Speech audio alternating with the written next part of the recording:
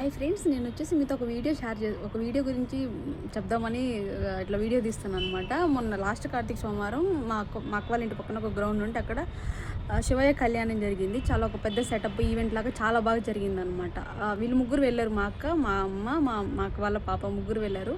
అసలు ఆ వీడియో ఎంత ఫన్నీగా అండ్ దట్టు కొంచెం హ్యాపీగా కూడా అనిపిస్తుంది. మీకు ఒకసారి షేర్ చేస్తాను, మీరు ఖచ్చితంగా చూసి నాకు కామెంట్ చేయండి మీకు ఎలా అనిపించింది ఏంటనేసి.